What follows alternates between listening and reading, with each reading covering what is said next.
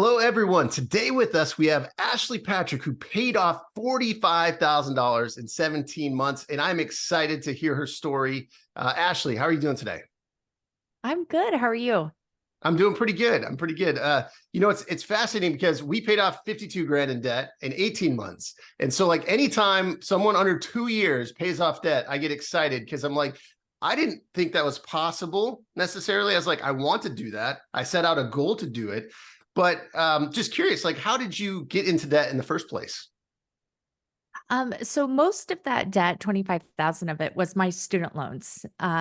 We had I had been paying on it for like 10 years and it only paid off like 3 grand. So it was just like hanging there. Another, I think it was 6 grand was a car. And then, hold on, let me do the math. 6,000 was money that we owed to the IRS, which is what started this whole journey. And then, no, 14,000 was the car. 14,000, 6,000, and 25,000 was the student loans.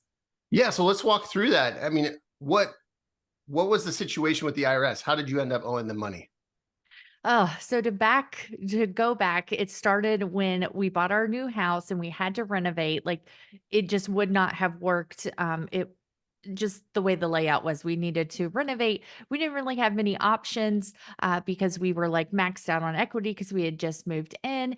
And of course, somebody that my husband works with was like, "Oh, just take out a 401k. It'll be fine. Like it's your own money. And if you lose your job, like you'll have lower taxes anyway. Like it's not a big deal." Well, we do that, do the renovation, have our second child. I go back to work like within months of all of taking out the 401k and everything, 401k loan. My husband lost his job.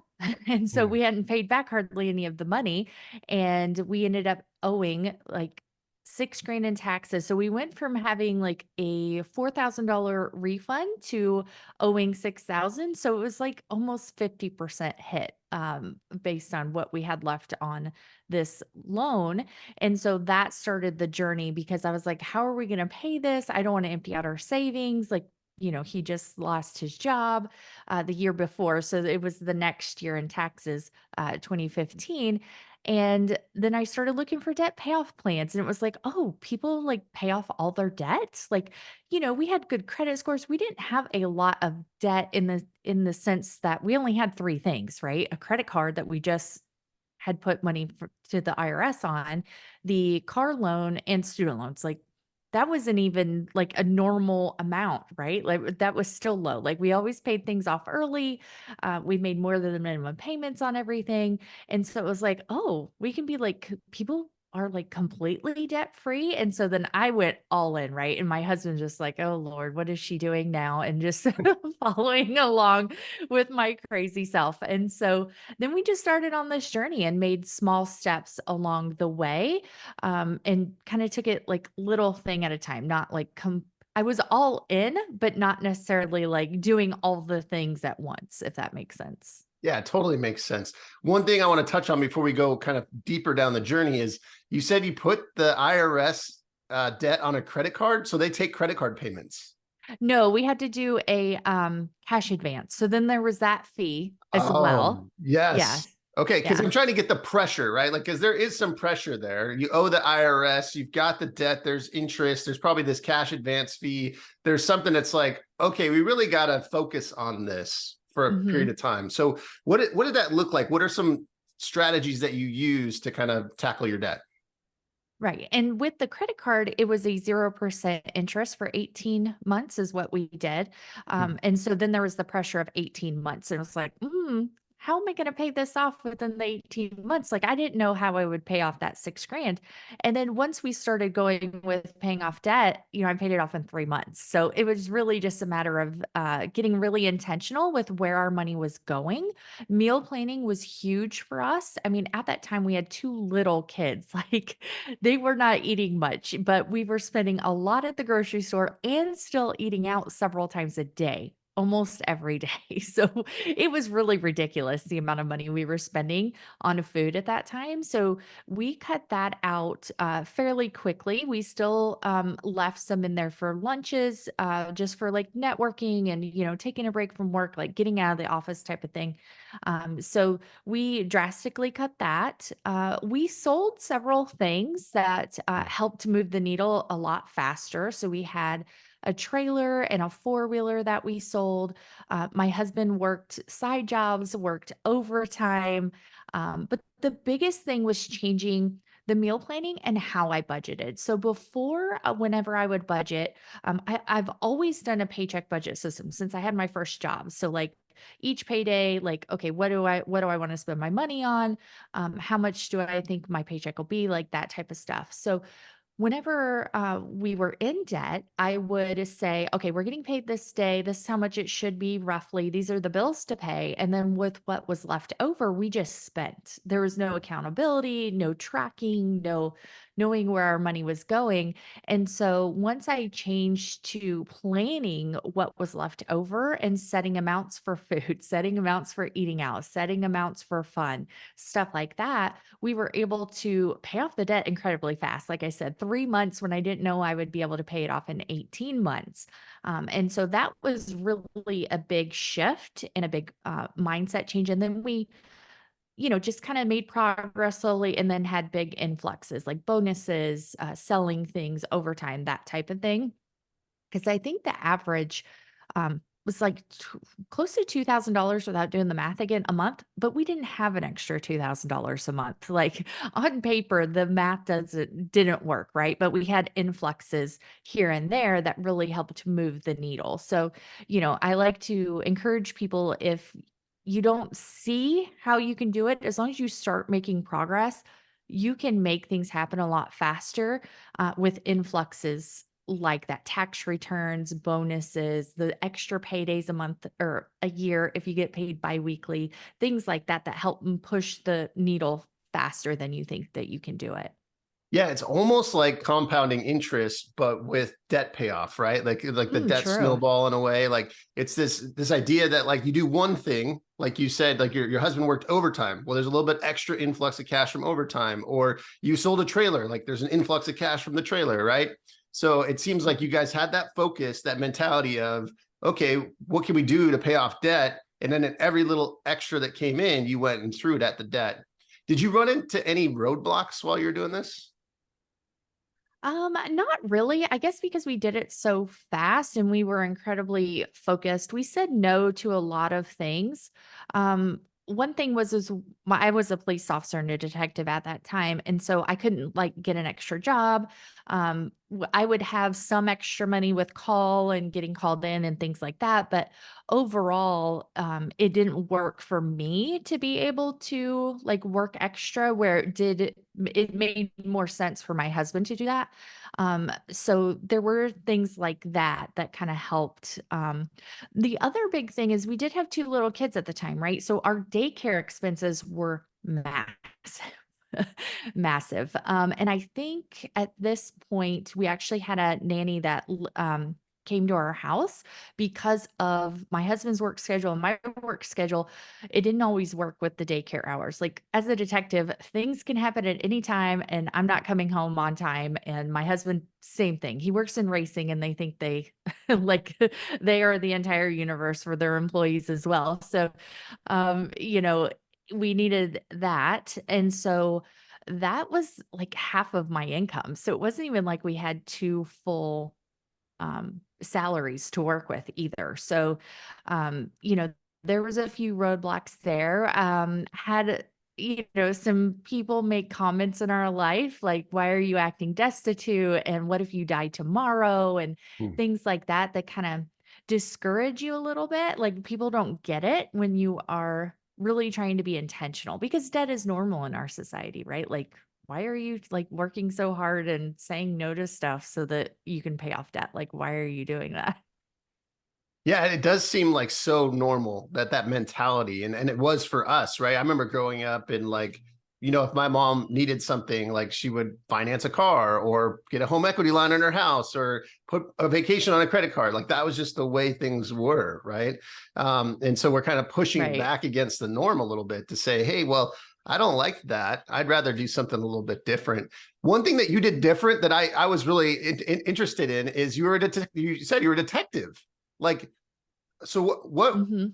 what was that like being a detective? I know you started a couple businesses, so I kind of want to walk through that journey of like, did you enjoy it? Was it exciting, or what was it like?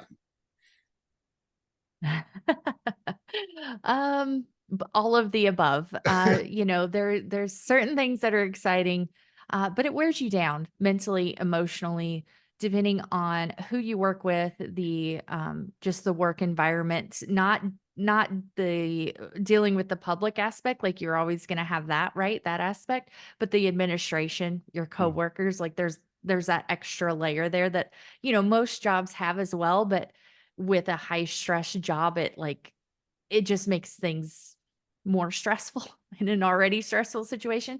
And so, you know, I always want to have options in my life, no matter what. Like, I want to have all the things. Like, so even though I am debt free, I still use a credit card to keep my credit score high. Like, I'm not going to get rid of options just because I don't have debt, right? Like, your credit score gives you lots more options in life in general, right? So, I'm very pro options. And being debt free gave me the option to consider quitting my job. And then we got pregnant with our third child shortly after. And then it was like, okay, we can do this.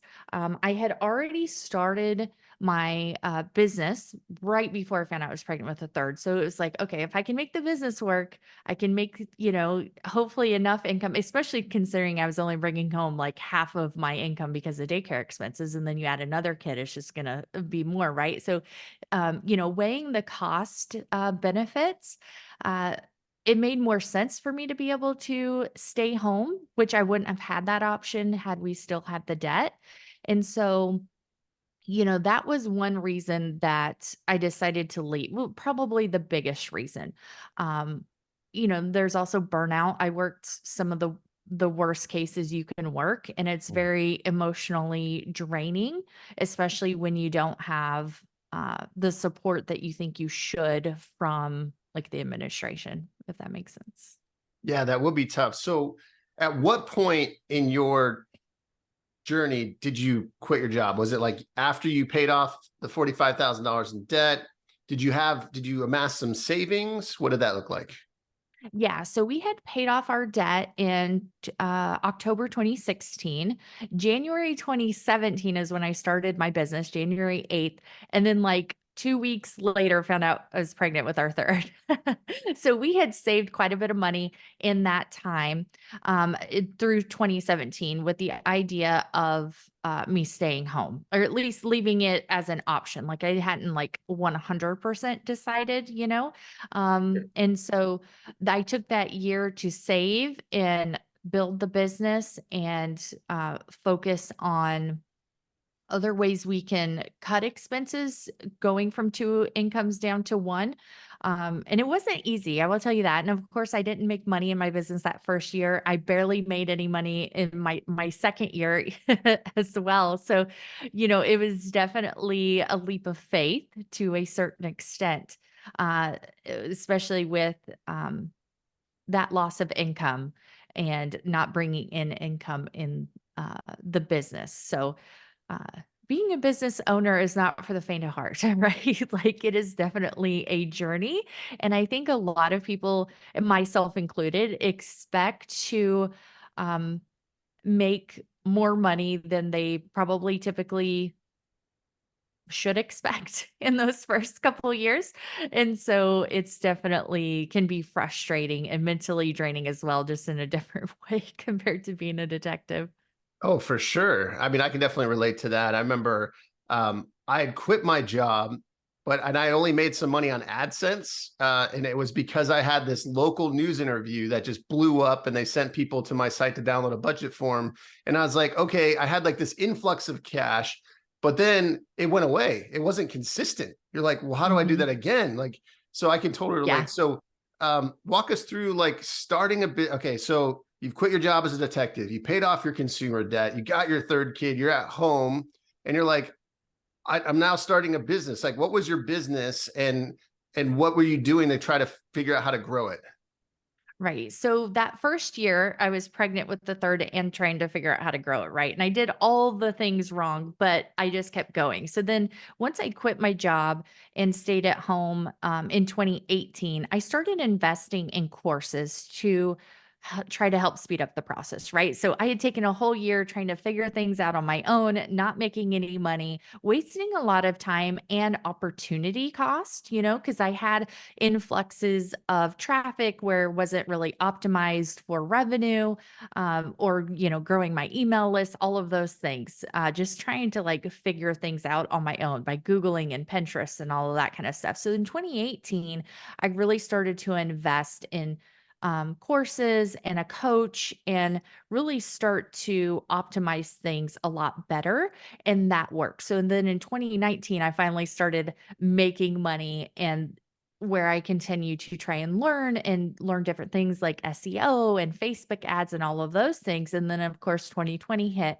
and things just really skyrocketed from there, because of the pandemic and people being stressed about losing income and all of that kind of stuff. So, but 2017 was just trying to figure it out on my own. And then 2018 was finally like, okay, I need to invest in other experts to help me move faster, and that really did help speed things up because like I see other people that were in the same spot I was when I started, but they don't want to invest the money, and I feel like they just keep I see it they keep struggling, and not they end up giving up because it takes too long, right? Like I feel like I wasted almost a whole year trying to figure it out on my own when I could have done things a lot faster if I would have just taken that leap sooner.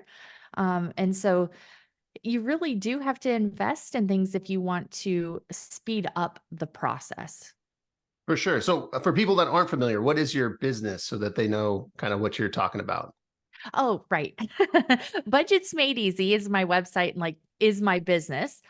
So I teach people, I'm a money coach and I teach people how to manage their finances better, pay off debt, save money, that type of thing. And so that is really what I was working on in during that time. So I'm not a business coach or trying to sell you anything on courses. Just, how my journey went was investing in different trainings and things. Yeah, absolutely. And I get that a lot because people often wonder like, what do I do, right? Like, Mhm. and it's like I typically tell people I'm a digital publisher, right? We Yeah. publish content on the web essentially, and so it is fascinating kind of to explain it to people of like, well, how do you make money with that? So along those lines, like, okay, so I'm assuming that you started this kind of out of your journey, right? Like you paid off this debt, you've accumulated some knowledge, some experience, you want to share it. So when you kind of learned all these things, and then you start applying them, you have a coach, you take courses. How do you start making money with what you're doing? So like you mentioned earlier, I had AdSense for a while, which is not much money. It's like pennies, right? It's not Right. much money at all. But what I really did to move the needle was grow my email list and create my own digital products. So I have been one that I've never made much money with ad revenue. Now I do make some money, especially now that my site has grown and I've moved to Mediavine, which pays more than AdSense. So, I have made money that way, but 96% of my income comes from my own digital products. And so, budget planner, budget spreadsheet, courses, coaching, things like that. I've never done very well with trying to get sponsors or even affiliate revenue. Like none of that has ever really worked that well for me. So yeah, I created digital products, set up systems and funnels to offer those, built my email list, and that's where my money comes from. That's awesome because I think people, it's kind of a journey, right? You start off, you're a mom with three kids, being a detective, to hey, what does it look like to quit my job? Then what does it look like to share my story with others? And then what does it look like to make money sharing my story with others and helping them in the process? Like, I think that's pretty inspiring what you've done. So that's awesome. Now, I think you mentioned that in when I had kind of did the intake that you had two businesses. So what's the other business that you're talking about? Yeah, so my husband and I started a second business officially this year. It's a land clearing business. So it's not online. It's, he mulches and grades and takes trees down, that type of stuff. And so it's very different to have an online business compared to like a real world business. I feel like I don't know how else to describe it, but like an in-person business versus an online business. Tax stuff is different, like expenses are different. We have equipment and things like that, an online business is pretty cheap and easy to run. It's not, you get to work when you want to work type of thing. So yeah, that's very different. So now we have two businesses and that's a lot of work as well. But thankfully, my little one started kindergarten this year. So now I feel like I can breathe a little bit. I have a little bit more time, not much more time because I still have three kids and they go to different schools. So there's still a lot of running around and housework and things like that, besides just running my business. But yeah, it's still a lot of work. Now, what's the desire behind creating the second business? Hopefully for my husband to be able to quit his job. Hmm. But I don't know, being two business owners sounds really stressful, especially with healthcare costs, three kids, somebody's always sick in this house. So yeah, we'll see what next year brings, but we already have some big jobs lined up for January. So the idea is potentially him quitting his job to be a full-time entrepreneur as well. Yeah, that is scary, but also exciting. I mean, Mhm. and you probably didn't. I mean, it sounded like you didn't have a path when you quit your Mhm. job. You're like, I want to Yeah. start my own business. I want to be at home with the kids. I don't know necessarily how I'm going to make, my ends meet. Question: were you able to replace your income with your blogging, with your blog? Yes, I have. So Yeah. you have kind of a roadmap for, hey, I've done this myself. So now maybe my husband can apply a lot of the same things that we did, but just in the real world, right? Yeah. Um, Right. and do the same thing. But like you said, it is a little bit tougher because overhead can be higher. Maybe demands are higher because it's sound service based, or you're dealing with more people one on one. So yeah, that's awesome. Well, kind of switching gears as we kind of get towards the end here, I'm curious. We'll go two ways: the debt and the business. So if someone's like they're in debt, they got 45 grand of debt, 50 grand, whatever it might be, and they're looking to pay it off, what kind of tips do you have for them to get started? It start with your budget, right? That's kind of the foundation. It's not the fun stuff, but it's the plan. That's just the beginning, though. The next step is to actually follow through with it. And that a lot of times is the harder aspect of it. But start small, start with one thing, and don't expect yourself to be perfect because we're humans. We're going to make mistakes. You're going to have setbacks. Things are going to come up, especially in the beginning that you haven't thought about. Those like yearly expenses and birthdays and holidays that you haven't had time to like really think about or plan for yet. And so I know a lot of people, the women that I work with, get frustrated in the beginning because all this stuff comes up. And so I just encourage you to keep going. So just like as a business owner, if just to keep going, same thing with your finances.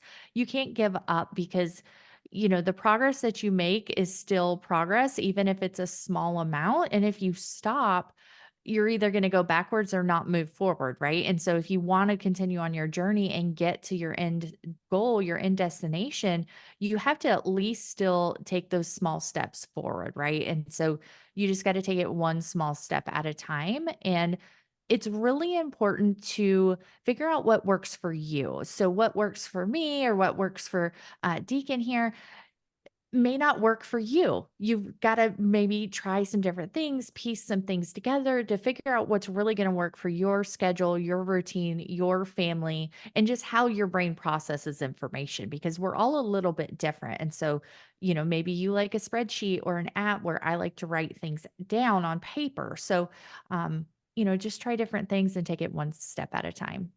Yeah, I love that. I feel like there are certain principles that can be like crossover, but to your point, Mhm. like my wife likes having a physical calendar. I'm like, I don't know what I would do with a physical calendar. Like a Google Calendar is where I live, right? So yeah, kind of, I love those tips. Now, for people that are like, okay, well, maybe they're working in a job that maybe they don't hate, but they're like, I wish I was doing something else, or I Mhm. want to start my own business. I've always had this desire. What kind of tips do you have for them? To start a new business, Yeah. I would start researching like how to get started, right? Because each state is different too on the rules and regulations. And there may not be any. There's not a lot for online businesses, especially like money coaches. At least in my state, there aren't any regulations. Besides, you can't give like investment advice or insurance, advice that you have to have a certification for. So I would start researching that. And once you decide like the route you want to go, just go ahead and set things up. Like in my state, and I know each state is different, it's super easy to set up a LLC. I fill out a form online, submit it to the Secretary of State to apply for like a tax ID number with the IRS. Everything you can do online nowadays. So just start small, look up your small business administration for your state. It has a ton of helpful information to help you get started. But it is important to know like what the rules are because I know for certain states setting up an LLC might be a lot harder than I live in North Carolina, so it's super easy to set up an LLC. The other thing I would say as you get going, once you start making money, make sure you get a very good accountant. So my accountant is awesome. He doesn't charge me a fee to just answer questions on the phone. I pay him yearly a one-time fee to file my taxes, and that's it. Like, I don't have to pay him every time I ask him a question. He's super helpful and has helped me a lot with the business side of things. Even though he's an accountant, he has his own business as well, right? So he knows a lot of things as well. So it's important to find a mentor that is where you want to be, or at least further along in the journey than you are. I think one of the biggest mistakes I made early on is not finding a mentor because I was a detective. I have no business experience. I don't know anybody in my family that has started a business at that point. And so it was really scary and daunting, but I just jumped right in and started doing things and learned as I went. And then I was like, oh, I need to set up an LLC. So, I mean, I didn't do that right away. Right. And then I was like, oh, well, I have to register at the county. Okay, I'll go do that. So, you know, find somebody that is knowledgeable. There's small business meetings as well. There's Chamber of Commerce meetings. So, put yourself out there to go and find a mentor that is in business as well, because that will really help speed up the process of trying to figure things out on your own. Oh, for sure. I mean, a mentor has been huge for me because you kind of bypass a lot of the mistakes Mhm. that you'll make if you don't know what you're doing. If you're a detective and you don't know how to run a business, like it is daunting. But if you're like, oh, Yeah. you find someone that ran a business, they've been successful with it, and you run into some roadblocks, they can say, oh, this is what I did in that situation. So I love that. Well, what's one thing that you're excited about right now, Ashley? It could be work, business, anything like that. Well, it's almost Christmas. So, of course, excited for that. And just the new year, it's like a new start, a reset, especially with our finances. I think in business in general, it's always feels like January is like a fresh start, right? And you have all these big goals for the next year. So, I'm just excited about a lot of things that I have planned for personal and business next year. So, I'm starting a new group program that will come out in the spring. And so, yeah, I'm just excited for the new year and just getting started on everything that 2024 has to offer. That's awesome. Well, if people want to stay in touch with you, what is the best way for them to do that? Get on my email list. That is where I am the most active. So if you go to budgetsmadeeasy.com, if you want a debt bundle like starter kit, go to budgetsmadeeasy.com/debt, and that will put you on my email list. So that is the most up to date. For social media, like Instagram, but I'm not like super, super active on social. So, and that's what I love about my business is I don't have to be. Like, I make my money other ways. Like, I don't have the pressure of having to be present on social media all day. Like, that's just not my thing. And so, just like with your finances, the business aspect is also finding what works for you. Like, I spent so much time trying to copy other people, like, oh, it's working for them, it'll work for me, like SEO and Instagram and all that kind of stuff. But or sponsorships, affiliates, but it really took me finding what worked for me and my business to make money. So kind of similar ideas there. Well, I love that. Well, Ashley, tons of great nuggets of wisdom. So glad that you're on the show. Thanks for being here today. Thanks for having me. It was great.